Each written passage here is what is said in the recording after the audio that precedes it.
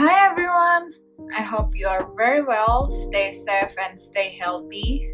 Sebelumnya gue masih sedih, tapi gak apa-apa, tetap berusaha harus mencintai diri sendiri. Karena kalau bisa dilihat nih, di bagian sininya masih banyak banget yang perjing. Terus yang sisi sininya juga masih banyak yang perjing. Kalau daerah jidat sih gak terlalu banyak perjingnya. Nanti gue coba zoom masing-masing dari sisi sini, terus sama sisi sini.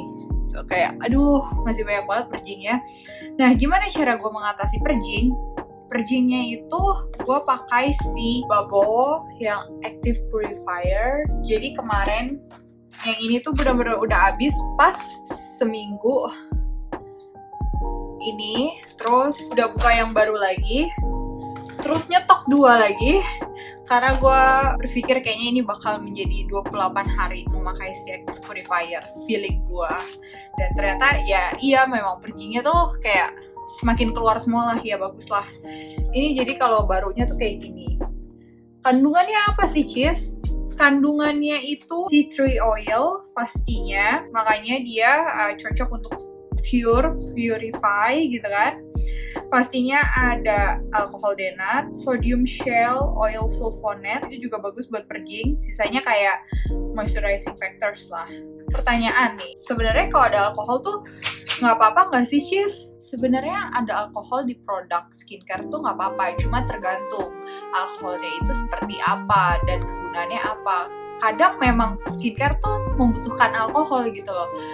Nggak semata-mata semua alkohol tuh jelek, tapi memang ada beberapa alkohol yang memang bagus dicampurkan ke dalam skincare supaya semua skincare-nya, semua ingredients yang ada di dalam skincare itu, di dalam suatu produk itu tuh bekerja.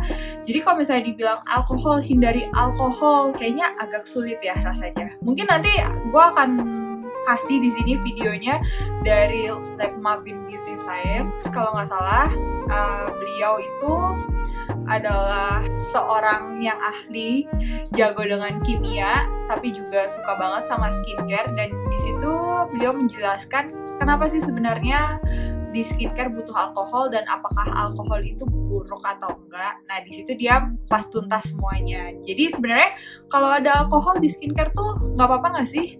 Nggak apa-apa, cuma tergantung tipe alkoholnya itu tipe apa. Dan memang di beberapa produk yang ada kandungan tertentu memang dibutuhkan suatu kandungan alkohol A atau alkohol B atau alkohol C, tipe-tipenya kayak gitulah. Terus sama juga kayak Cis, sebenarnya kalau kayak parfum gitu, by the way ini warnanya kayak gini, terus ya tinggal tuang seperti biasa.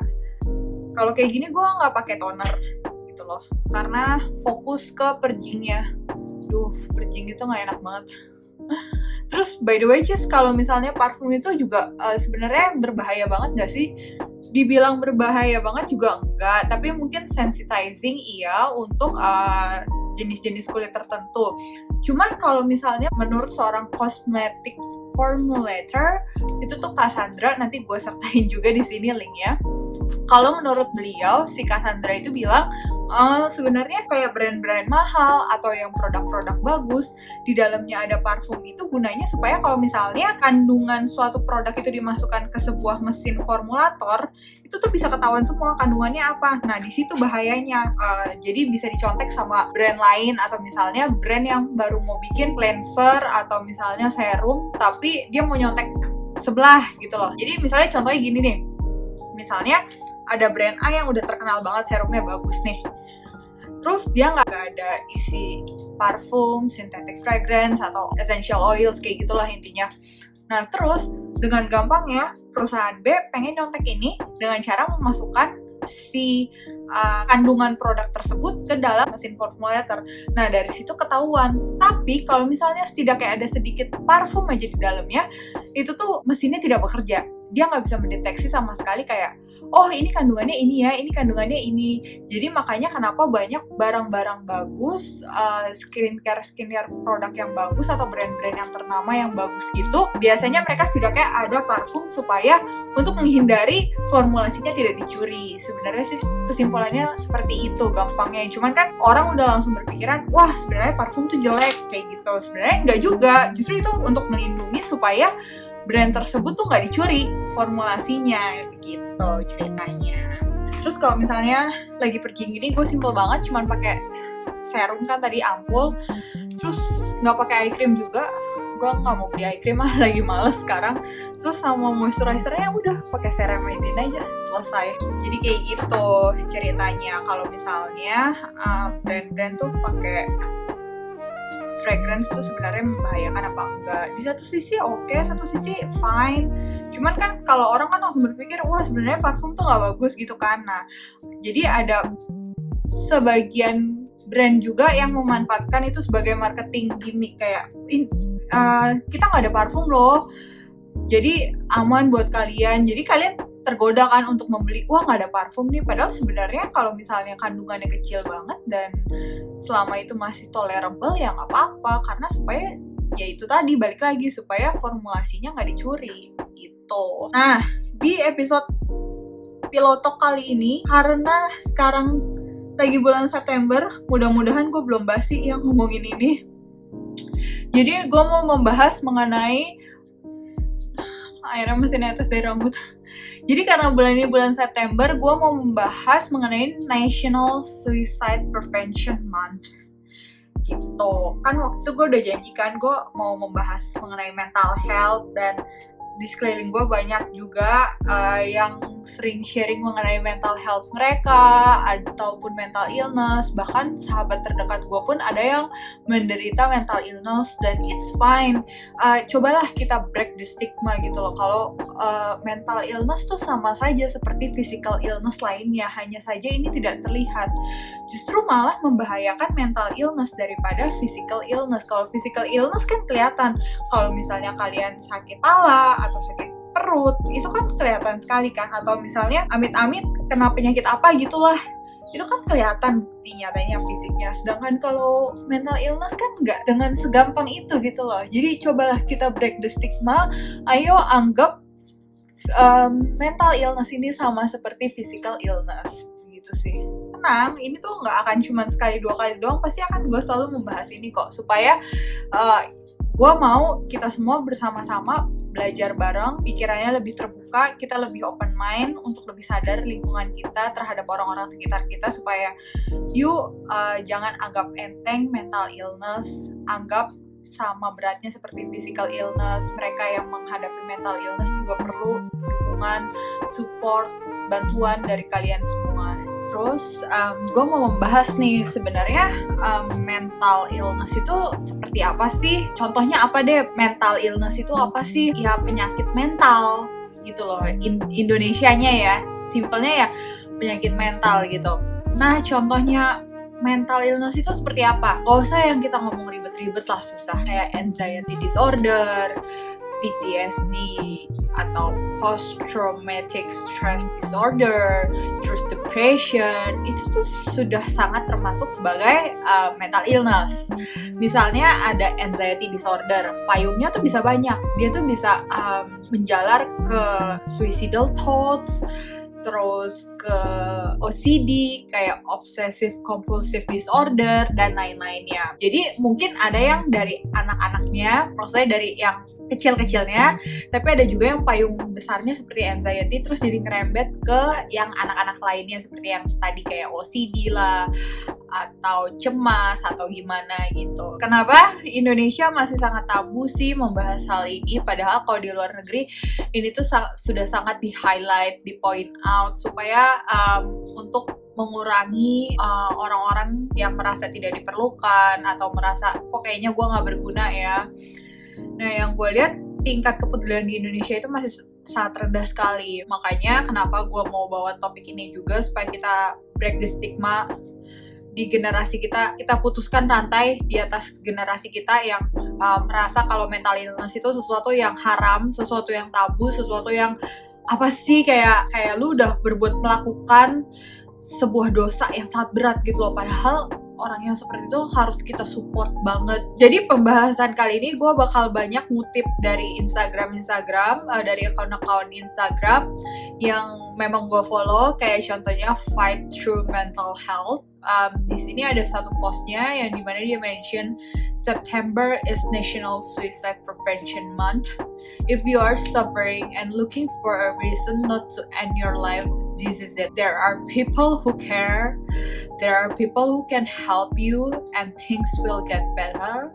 If you see this, please share. You could save a life. Kenapa gue bilang ini? Karena gue mau save lives banyak orang di luar sana. Gue mau kalian tuh benar-benar berharga. Akan ada banyak orang yang sedih, merasa kehilangan kalau kalian sampai berpikiran untuk suicide gitu loh. Dan semakin tahun di semakin negara, angka suicide itu semakin tinggi hanya karena mental illness. Kalau misalnya kalian melihat faktanya ya, coba ya kalian Google tingkat kematian di berbagai negara kayak Eropa, UK, terus di manapun lah, itu pasti banyak karena suicide-nya. Karena apa? Mental illness, dan mereka tidak dipedulikan sama sekali, tidak diperhatikan bahwa itu sesuatu yang harus di-treat dan itu ada treatmentnya, itu bisa disembuhkan, tapi orang malah menyepelekan dan merasa itu sesuatu yang hina gitu loh. Gue mengutip dari Fight Through Mental Health.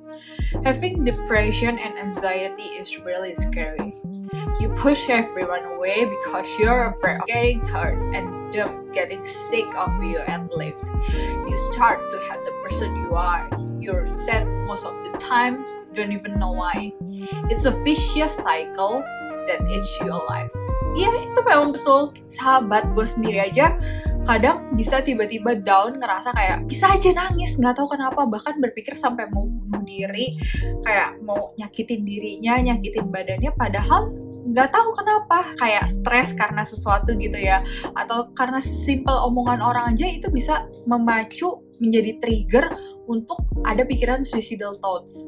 Makanya kalian di luar sana kalau berbicara sama orang tuh berhati-hati, jangan main sembarangan asal ceplos. Iya, tahu kalian teman baik atau apanya, tapi coba dipikir lagi, lebih difilter lagi, lebih disaring lagi. Kita kan udah dewasa. Ya, kita sebagai generasi yang udah bukan dulu-dulu lagi, kita cobalah lebih menjadi orang yang lebih open mind dan lebih toleransi, lebih berpikirnya terbuka gitu loh. Jangan kayak main ngatain, lu gak rapi, dasar lo ini langsung ngatain, padahal sebenarnya dia mungkin ada apa, atau misalnya, lu kok kerapian banget sih, lebay banget lo, kayak OCD, terus kayak lu ngomong dengan santainya, atau ternyata dia memang benar-benar punya OCD, kan kasihan, dia pasti akan ngerasa mental breakdown, terus kalian gak akan tahu di rumah ternyata nanti mereka melakukan apa atau berusaha mengakhiri hidup mereka, kan cuman karena kata-kata sepele kayak gitu loh. Kemudian ada juga kadang yang suka bilang gini, aduh gue nggak bisa nih ngelihat kalau misalnya karpet misalnya nggak segaris atau nggak sejalan, gue kayak OCD deh. Terus atau kalau misalnya, aduh gue stres banget nih. Stres itu udah salah satu mental illness loh. Jadi kalian nggak bisa dengan santai ngomong, aduh gue stres parah nih. Itu sudah termasuk kategori mental illness.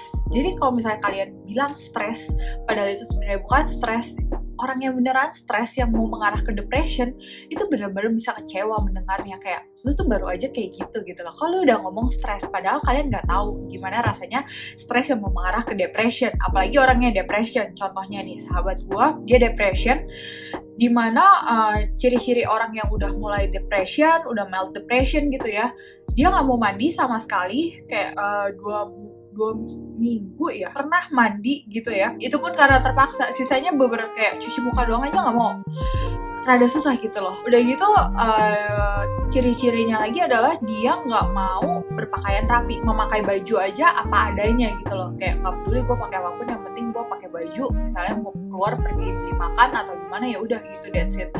Terus tapi di dalam kamarnya dia nangis terus-terusan, mukulin dirinya, jedotin kepalanya lah ke tembok, atau ya pokoknya dia melukai dirinya. Itu udah salah satu bentuk depression, dan yang kayak gitu yang benar-benar harus kita tolong gitu loh, bukan malah dinajiskan, kok bisa kayak gitu sih gitu loh.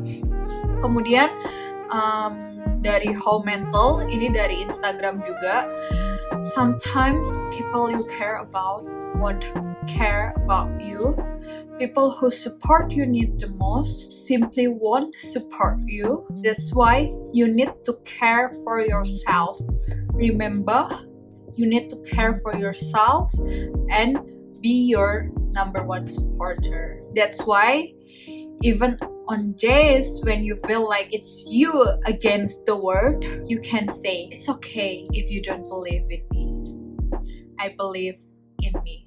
Tanamkan itu di pikiran kalian. Kemudian kalau misalnya kita ngomong soal depression gitu ya, ini dari sebuah account di Instagram, The Depression Chronicles 11 Things to Remember When You Love Someone with Depression. Gimana sih caranya kalau misalnya kalian mempunyai seseorang yang kalian cintai, misalnya keluarga atau significant other atau keluarga, saudara, teman yang memiliki depression, kalian harus gimana? Di sini akan gue jelaskan ya.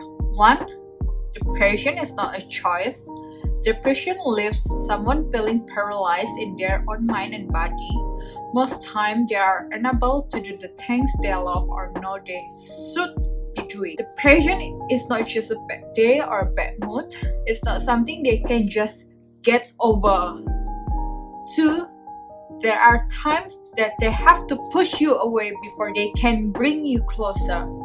Karena ya memang ada saat dimana orang yang terkena depression ini harus sendiri dulu, menenangkan, baru dia bisa menarik orang lain untuk masuk ke dalam kehidupannya, seperti itu. Atau ada tipe lagi yang kalau dia depression harus ditemani seseorang supaya dia tidak suicide gitu loh. Kemudian 3, you're allowed to be frustrated regardless of how they feel. They are aware that it can be hard for you at times. 4, it's important to discuss and create boundaries. Karena di sini perlu banget ngasih tahu batasan-batasan mana aja sih yang boleh dilewatin, kayak ketika seseorang yang memiliki mental illness, ketika dia mengalami episode-episode, di situ mungkin bisa dikasih tahu ke teman atau ke saudara atau ke keluarga bahwa ini batasannya segini. Kalau misalnya gue sedang mengalami episode seperti ini, kalian jangan gini ya, tolong hindari gini. Pasti mereka begitu kalau misalnya udah ada yang terbuka. Tapi kalau belum, kalian harus kenali dan pahami itu. Jangan bilang kayak, ih apaan sih, kok kayak gitu lu malah menghindar, malah keluar, terus kalian malah jadi ribut.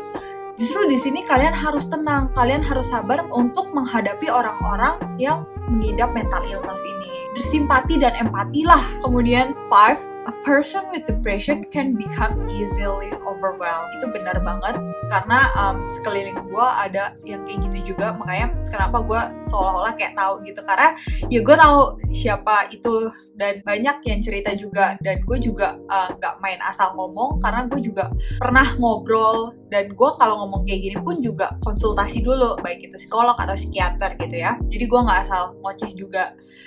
6, when you have a loved one dealing with depression, it can be difficult to understand what they are going through, and you might consider that their sadness is a reflection of your relationship with them. If they should ask you for space, understand that it's not about you.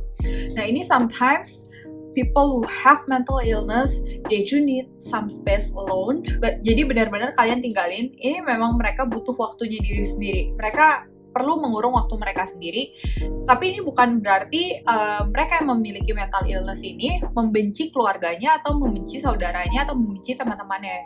Simply, they just need some time to think gitu loh, untuk menenangkan diri mereka, untuk berada dalam cangkangnya, untuk merasa aman. Kemudian 7, try not to compare your experiences with theirs. Jadi jangan pernah kalian membanding-bandingkan seperti, masa lu kayak gitu aja udah depression sih ya, atau misalnya masa sih misalnya kalian jangan bandingkan kayak misalnya seseorang yang memiliki mental illness, misalnya tertekan banget nih di pekerjaan. Terus kalian yang biasa aja yang gak ada mental illness dengan santai, lu mah selo digituin doang, digencet doang misalnya sama bos, santai aja lah, kayak seolah-olah hidup lu runtuh, lebay banget sih lo. Tapi kalau misalnya ini seseorang yang memiliki mental illness dan di situ jiwanya tertekan, itu memang akan benar-benar sangat tidak sehat untuk kesehatan mentalnya. Itu pikirannya bisa kemana-mana, bisa suicidal thoughts lah, yang paling parah bisa apalah gitu loh. Jadi hindarilah, janganlah kita compare diri kita sama yang memiliki mental illness. Jadi kita juga nggak tahu kan orang itu memiliki mental illness atau enggak. Makanya lebih baik berhati-hati dalam berkata dan berucap gitu. Kemudian 8, depression is a sign of weakness. Enggak loh.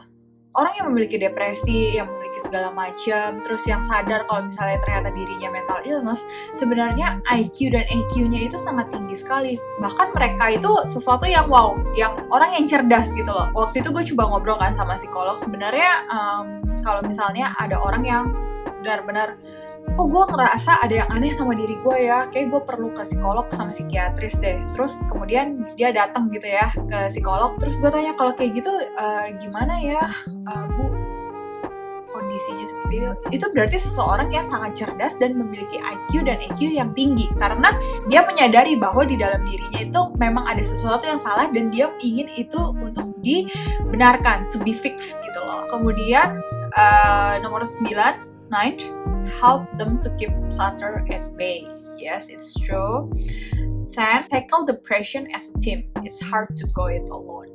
Knowing that they have someone in their corner is priceless. Jadi cobalah merasakan berada di kaki mereka tuh seperti apa. Jangan kayak membandingkan atau langsung, lu kayak gini aja udah ngerasa down gini-gini. Tapi sometimes tuh orang yang punya mental illness cuma cukup, please lah, lu dengerin gue aja. Dengan lu ada di sisi gue, nenangin gue, mendengarkan gue, itu udah cukup. Nggak usah lu kasih pepatah, lu langsung kasih saran, langsung kasih suggestions, terus langsung kasih nasihat, segala macam apapun. Itu everything will get better. Enggak, justru malah itu it's getting worse. Lebih baik kalian tuh temani, duduk di sebelahnya, peluk atau nangis bersama, atau ya udah duduk diam. Dengan your presence, dengan keberadaan kalian itu sudah sangat cukup membantu tanpa kalian harus berbicara satu kata patah pun. Atau misalnya dia lagi mengeluarkan isi hatinya, lebih baik didengarkan saja tanpa memotong sama sekali. Kemudian 11, learn the symptoms of depression so that you can better understand what they're going through. 12, learn to separate their depression from who they really are. Don't define them by their illness. Ini yang paling penting menurut gue. Karena sometimes karena sebenarnya kadang orang yang sebenarnya punya mental illness sama orang yang tidak memiliki mental illness itu tuh suka dianggapnya kayak menjadi satu kesatuan. Padahal itu harusnya dua hal yang dipisahkan. Kayak depressionnya itu sendiri dengan karakternya dia. Kalau misalnya biasanya orangnya kayak gini, kok tiba-tiba lu berubah jadi kayak gini gitu loh. Nah, di situ tuh kalian nggak bisa define, nggak bisa berdasarkan dirinya sendiri gitu loh, kepribadiannya sendiri. Karena kenapa? Karena ketika kita bicara mengenai depression, karakter itu sendiri akan tenggelam, akan lebih kuat si depressionnya itu sendiri. 13, practice extra self-care. You are important too. 14, love them unconditionally. That's what they need, an assurance that you love and need them. 15, send messages similar to the following. Ingat, better kalian mengucapkan ini. I know this is hard, but I will not give up on you. You are enough. If you want to talk about how you are feeling, I will listen. Ingat, listen, bukan hear. Is there anything I can do? Itu bisa kalian tanyakan juga. Terus kalian bisa juga bilang, I can't even pretend to know what you're going through, but you aren't alone and you are cared for. Kemudian ada juga, you've never been a burden and never will be. Dan kalian sambil kasih hak, itu sangat berarti sekali bagi mereka. Kemudian ada juga bisa, I wanted to remind you that you are loved. I know things are hard right now and that's okay. 16, avoid offering advice. See? Just listen. Ingat yang tadi udah gue bilang, just listen. Avoid offering advice. Jangan kasih saran. Dengerin aja cukup. Gitu. 17, remind them often how they mean to you. Ingetin kayak betapa dia berartinya buat lo, betapa berartinya seseorang ini buat siapa, kayak gitu. Itu akan membantu mereka berasa lebih hidup dan lebih merasa dibutuhkan dan dihargai, jadi mereka punya tujuan untuk hidup, salah satunya juga. Jadi mereka terhindar dari pemikiran seperti suicidal thoughts. 18, celebrate their every win. Ini penting banget. Kalian benar-benar harus celebrate every single step that they have taken. Kasih appreciation yang lebih kepada mereka. 19. Remember that they are not broken or defective. Ingat, ini yang paling penting. Remember that they are not broken or defective. 20. They are fighting hard every single day. Remember that even on the days when they are unable to make it out of bed, there are days that they might not want to leave home even after you've made plans. Don't force them or guilt them. They're really doing the best they can. It's true. Jadi kalian berbaiklah, cobalah pahami gitu. Kemudian ini ada juga gue kutip lagi dari akun Instagramnya Healing from PTSD. Di sini disebutkan, to those not living with PTSD, stop saying it gave me PTSD to casually describe a bad experience. Why? Simply, when you say that something gave you PTSD when you aren't living with the condition and the terrifying symptoms that come along with it, it undermines the severity of PTSD itself, which feels hurtful to those of us with PTSD. When OCD, bipolar, PTSD, and other diagnoses are thrown around casually, it perpetuates misconceptions about these disorders and contributes to the shame around having a mental health diagnosis. Itu tadi kenapa yang gue bilang jangan anggap enteng sepele ngomong, aduh gue stres nih, gue PTSD nih, aduh kayaknya gue gimana deh, kayaknya gue OCD deh. Nah dengan yang kayak gini, ini yang bikin stigma mental illness itu tuh jelek kayak gitu loh. Jadi makanya berhati-hatilah dalam pengucapan. Segitu dulu pembahasan gue mengenai mental health, mental illness. Nanti akan ada lanjutannya lagi. Pastinya tentunya gue gak akan capek untuk bikin konten mengenai mental health, mental illness, supaya kita break the stigma. Kita biarkan generasi atas dengan pemikirannya yang tabu, kita putuskan rantai kejelekan itu supaya it is okay not to be okay gitu loh. Supaya mental illness tidak dianggap sebagai sesuatu yang hina, najis, atau tabu juga, dan itu bisa diterima di masyarakat luas. It's okay not to be okay. I hope you're gonna very well soon if you are having mental illness, or maybe someone you know very well, like your spouse, your significant other, your partners, your families, your friends. Hope they're going to be very well really soon. It is okay not to be okay. I hope you're getting better. You are worth it and you are very priceless. Thank you for watching and cheers from Posh Bits and Bobs. Bye!